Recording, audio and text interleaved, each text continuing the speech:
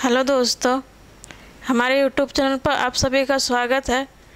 आप जो देख रहे हैं भूगोल का, ये आपका आज का होगा 11वां सीरीज। इससे पहले 10 सीरीज अपलोड कर दिया गया है। तो आप जो इसका पहला प्रश्न देख रहे हैं 11वां सीरीज का, तो इसका पहला प्रश्न होगा, भारत का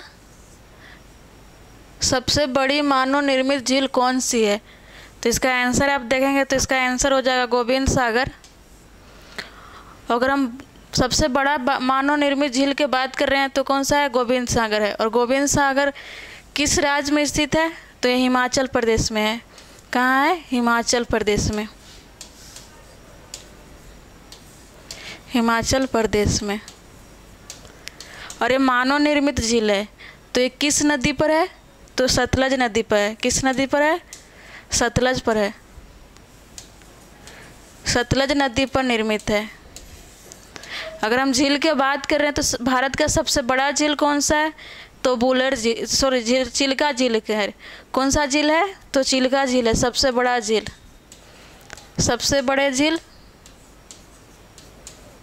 बड़ा झील है। और ये किस राज्य में है? तो उड़ीसा में है। कहाँ है? उड़ीसा में है। और ये खारे पानी के लिए जाना जाता है। कौन सा? खारे पानी। अगर हम मीठे पानी के सबसे बड़ी झील की बात करें तो सबसे मीठे पानी के सबसे बड़े झील कौन सा होगा? बुलर झील होगा। मीठे पानी के सबसे बड़े झील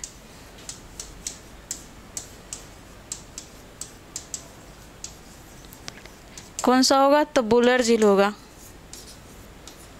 और किस राज्य में है? तो जम्मू कश्मीर में।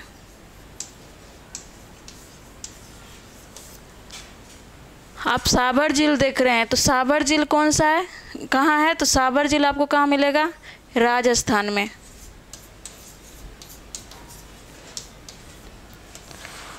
और ये सबसे ज़्यादा लवणीय झील है। और कहाँ है? राजस्थान में है। इसके बाद हम अगला प्रश्न देखते हैं। तो अगला प्रश्न हमारा है, अगला प्रश्न आप जो देख रहे हैं क्या है? हीराकुंड परियोजना। हीराकुंड परियोजना का संबंध होगा, यहाँ पर मिस्टेक हो गया। संबंध किस राज्य से है? हीराकुंड परियोजना का संबंध किस राज्य से है? तो इसका आंसर आप देखेंगे तो उड़ीसा हो जाएगा। क्या होगा? उड़ीसा होगा। और सबसे बड़ी ये किस राज्य में है? तो ये उड़ीसा में। और किस नदी पर है? तो महानदी पर। किस नदी पर? तो महानदी पर। अगर हम महानदी की बात करते हैं तो महानदी कहाँ से निकलती है? अमरकंटक से निकलती है। कहाँ से? अमरकंटक से। और महानदी गिरती कहाँ है? तो बंगाल की खाड़ी में। कहाँ? तो बंगाल की खाड़ी में।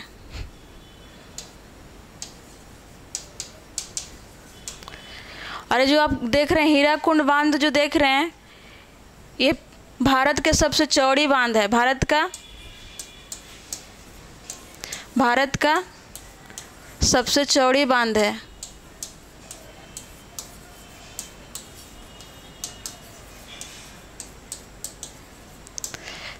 हीराकुंड बांध जो है भारत के सबसे चौड़ी बांध है। और सबसे ऊंची बांध की हम बात करें तो कौन सी होगी? टिहरी बांध होगी। टिहरी बांध सबसे ऊंचा।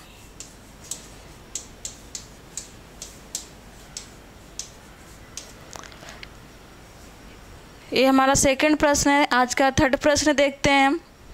तो हमारा थर्ड प्रश्न क्या होगा? बैरियर रीफ किस महासागर में स्थित है? तो इसका आंसर आप देखेंगे तो इसका हो जाएगा प्रशांत महासागर। और किस महाद्वीप के तट पर स्थित है? तो ये हो जाएगा ऑस्ट्रेलिया। ऑस्ट्रेलिया के उत्तर पूर्व में। ये भी बिहार दरोगा में पूछा हुआ था कि ऑस्ट्रेलिया किस दिशा में स्थित है? तो उत्तर पूर्व में हो जाएगा। और बैरियर रीफ क्या है? तो एक परवाल है। क्या है? तो एक परवाल है। परवाल भित्ति है। और ये बैरियर रीफ जो एशिया का विश्व का सबसे बड़ी परवाल है। विश्व का सबसे बड़ी परवाल। बैरियर रीफ क्या है? तो एक प्रवाल भित्ति है और विश्व के सबसे बड़ी प्रवाल भित्ति है और एक किस महासागर में स्थित है? तो प्रशांत महासागर में। और किस महाद्वीप के तट पर स्थित है? तो ऑस्ट्रेलिया महाद्वीप के तट पर स्थित है। अगला प्रश्न देखते हैं, हमारा अगला प्रश्न क्या है? हमारा अगला प्रश्न है, किस राज्य की सीमा बांग्लादेश से तीनों तरफ से घिरा हुआ है? किस राज्य की सीमा बांग्लादेश से तीनों तरफ से घिरा हुआ? तो इसका आंसर आप देखेंगे तो इसका आंसर आप लोग का त्रिपुरा हो जाएगा। और बांग्लादेश हमारे भारत का पड़ोसी देश है और बांग्लादेश से सबसे लंबी सीमा लगता है भारत के। सबसे लंबी कितना है? लगभग 4096.6 किलोमीटर सीमा भारत के बांग्लादेश से लगती है। और बांग्लादेश से राज्यों के लगने वाली कितने राज्य की सीमा लगता है बांग्लादेश से? तो 5 हो जाएगा। कौन सा है? तो पहला आप देखेंगे तो हो जाएगा पश्चिम बंगाल,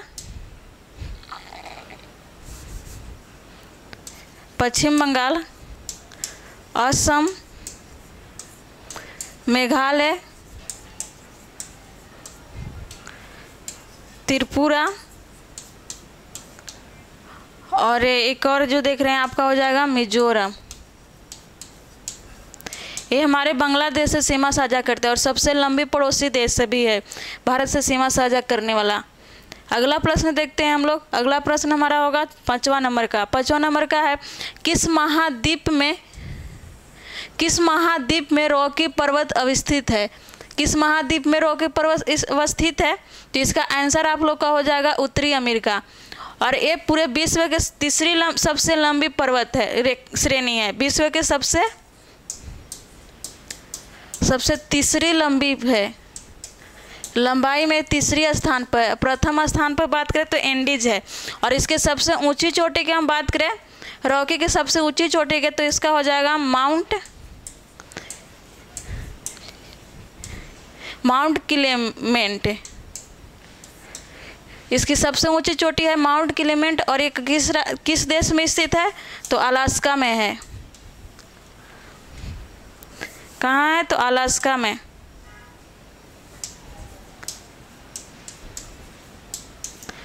और सबसे लंबी पर्वत श्रेणी की बात करें तो एंडीज हो जाएगा। कौन होगा? एंडीज हो जाएगा। और किस महाद्वीप में है? महाद्वीप की बात करें तो ये हो जाएगा दक्षिण अमेरिका में।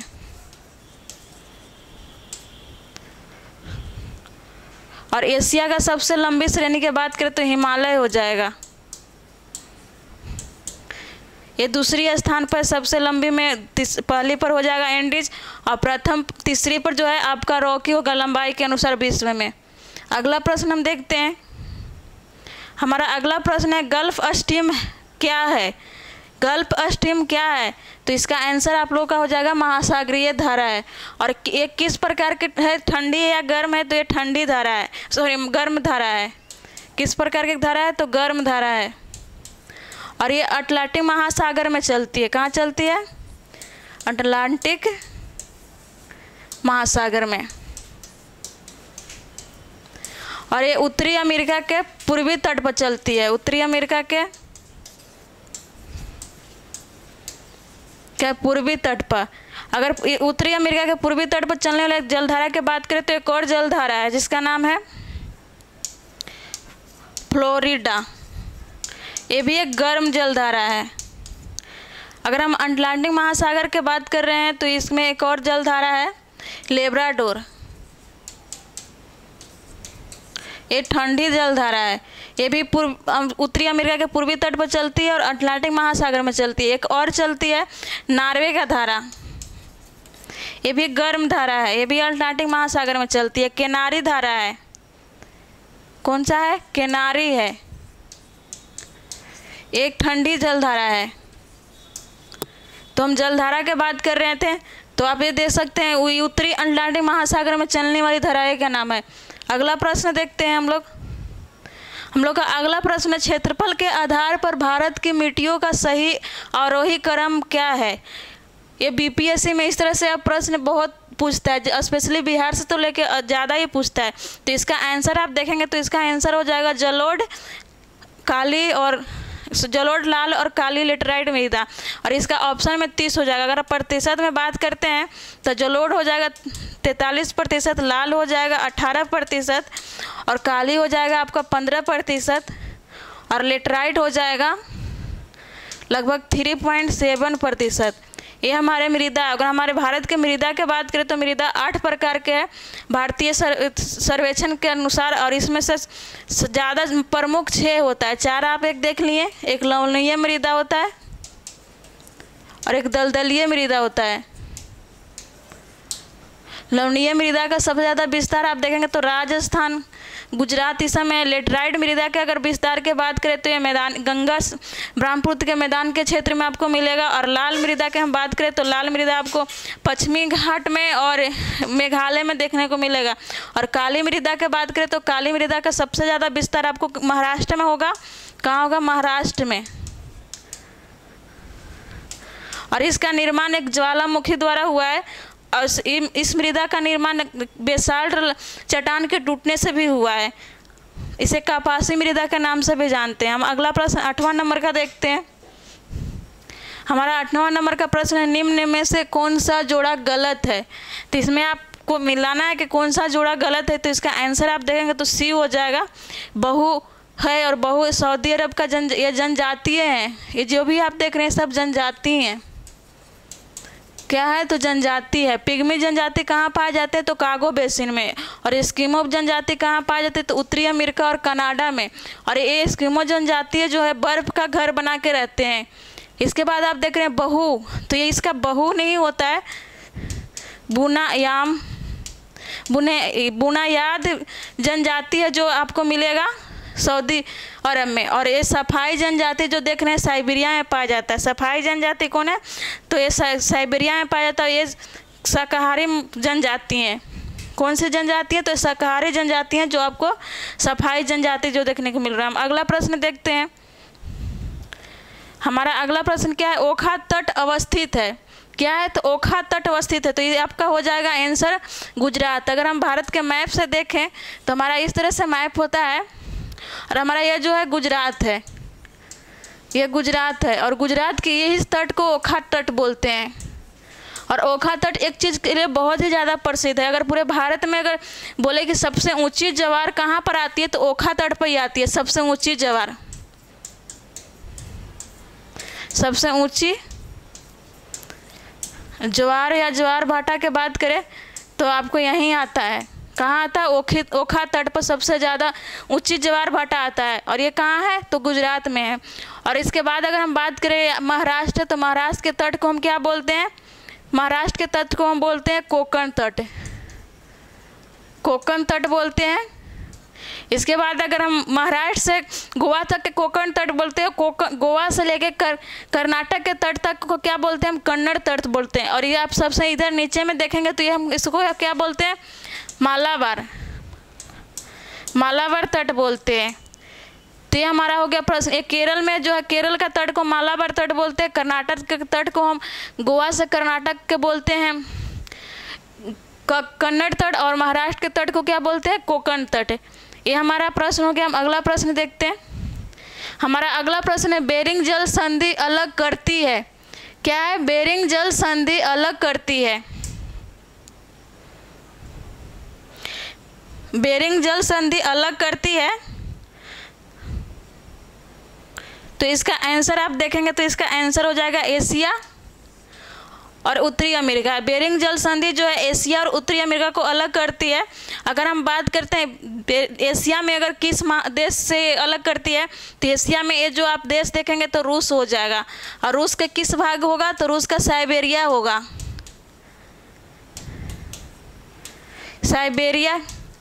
साइबेरिया वाला भाग को रूस एशिया में अलग करता है। अमेरिका के अगर हम बात करें अमेरिका का कौन सा देश होगा तो ये अलास्का हो जाएगा। क्या हो जाएगा? अलास्का। और रूस को अलग करने वाला जो जल संधि उसे क्या बोलते हैं? बेरिंग जल संधि। और ये किसे जोड़ती है?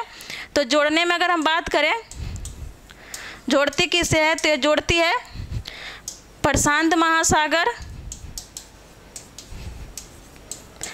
महासागर को आर्कटिक से जोड़ती है।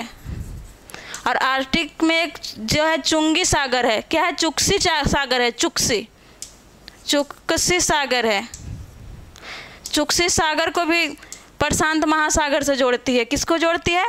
बेरिंग जल संधि है जो अलग करती है, तो अलग करती है एशिया को उत्तरी अमेरिका से, और उत्तरी एशिया का अगर देश की बात करें तो रूस है, और रूस के अगर रूस के किस भाग की अगर बात करें तो साइबेरिया हो जाएगा। इसके बाद अगर हम बात करते हैं उत्तरी अमेरिका, तो उत्तरी अमेरिका का अलास्का जो देश है उससे अलग करती है रूस और अलास्का से। तो ये हमारा आज का सीरीज का प्रश्न था।